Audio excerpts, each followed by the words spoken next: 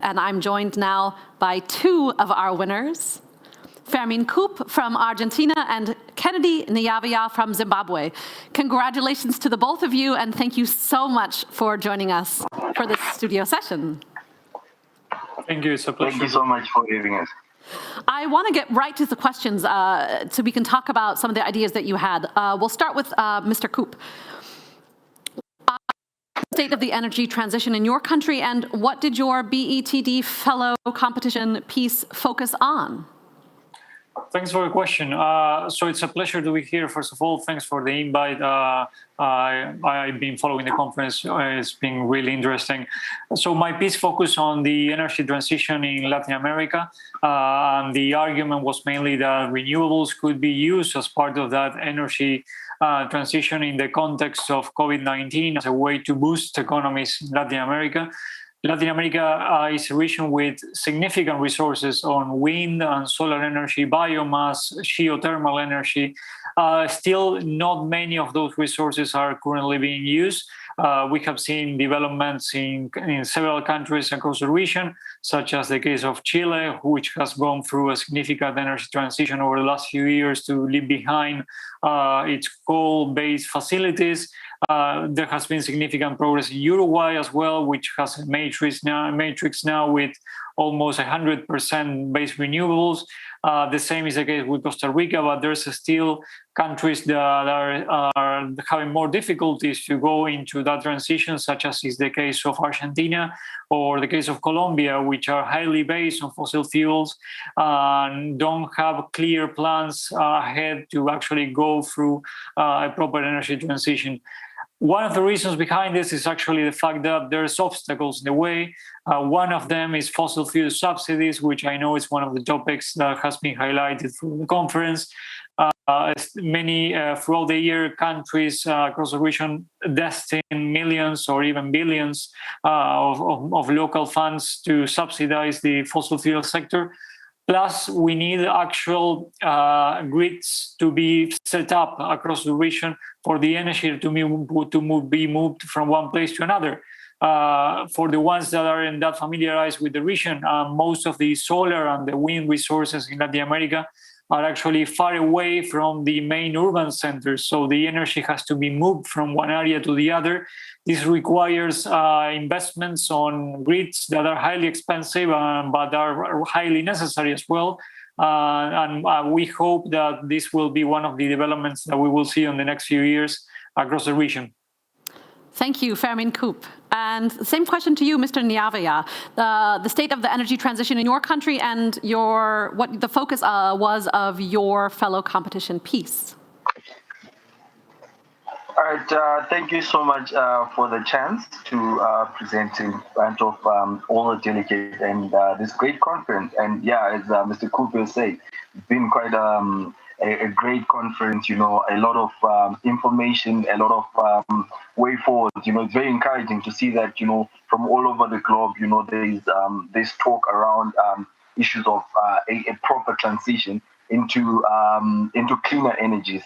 So my piece was, it was pretty much a series of 3 articles, 3 text articles, which were helped by pictures and other visual elements, looking at the energy transition in Zimbabwe and how it is good on paper as in the national renewable energy policy. It's perfect on paper, but it has been hindered by certain issues from in terms of implementation. So you look at issues like corruption, issues like complacency, and issues generally about not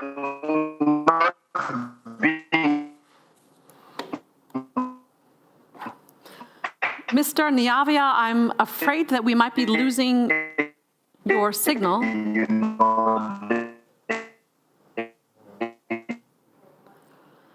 Let's go ahead and see if we can reconnect to you. How it is going to be implemented. So you then see that, what inspired the idea. Mr. Nyavia, I'd like to see if we can reconnect to you, but for now I'd like to go back to Mr. Koop. Can you briefly give us a few insights about the outlook for the energy transition in your country or in Latin America? Hello? Can you hear me now? Mr. Koop, why don't you go ahead? Yeah. Okay. Thank you. Summing up on a few of the points that I made, I think Latin America over the next few years, the next 5 years, or even if we are looking on the long term, 10 years, I think it's set to have a significant energy transition. It should have a significant energy transition because, as I said before, we are still seeing some countries that are lagging behind, such as Argentina, Colombia, Brazil in some aspects as well.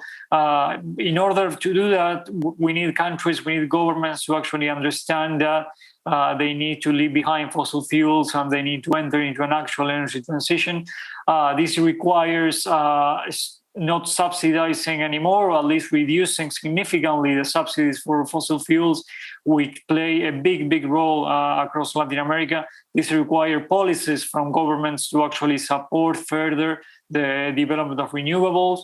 I know COVID, actually, the current context that we're seeing around the world makes this a little bit more difficult.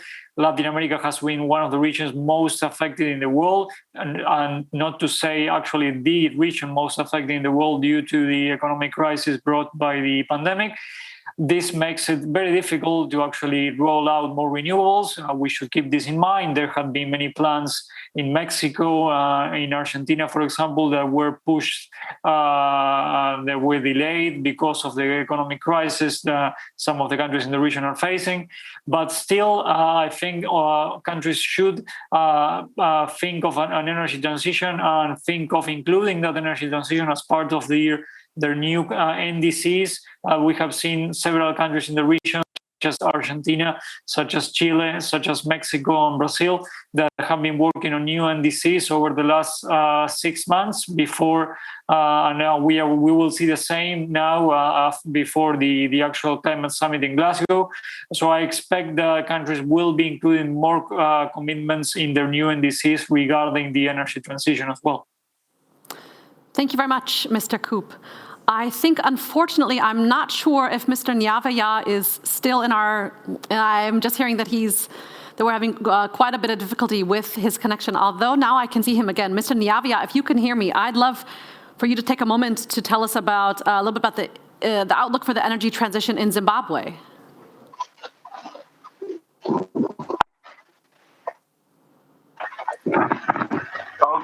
Okay, thank you so much. Can you hear me? I can. Can you hear me now? Sorry. Okay. Generally, looking at the outlook or rather from my own point of view, on how things are happening, I think Zimbabwe already, as I mentioned earlier, has a very good policy in terms of the energy transition that it wants to pursue. But now, when you look at the issue of implementation, that's where I still have issues, and I'm still, from how it looks, you would then see a country which claims or which really wants to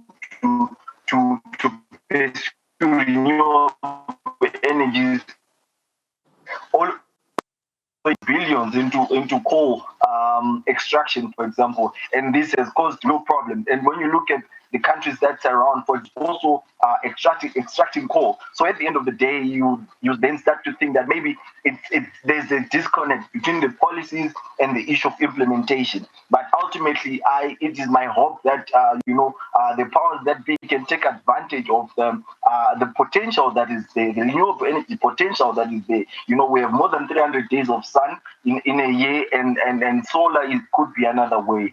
Hydroelectricity is another way.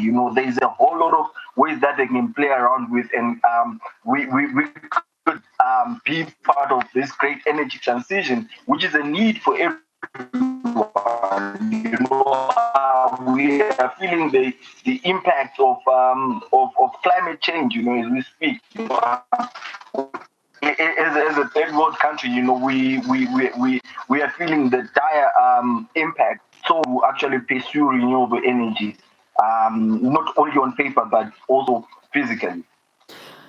Mr. Nyavia, I'm so happy that you stuck with us. My apologies to our listeners. We are having a little bit of a technical difficulty with that, but I would really love to congratulate all of the winners, especially the two that were with me just now, Kennedy Nyavia and Fermín Coupe.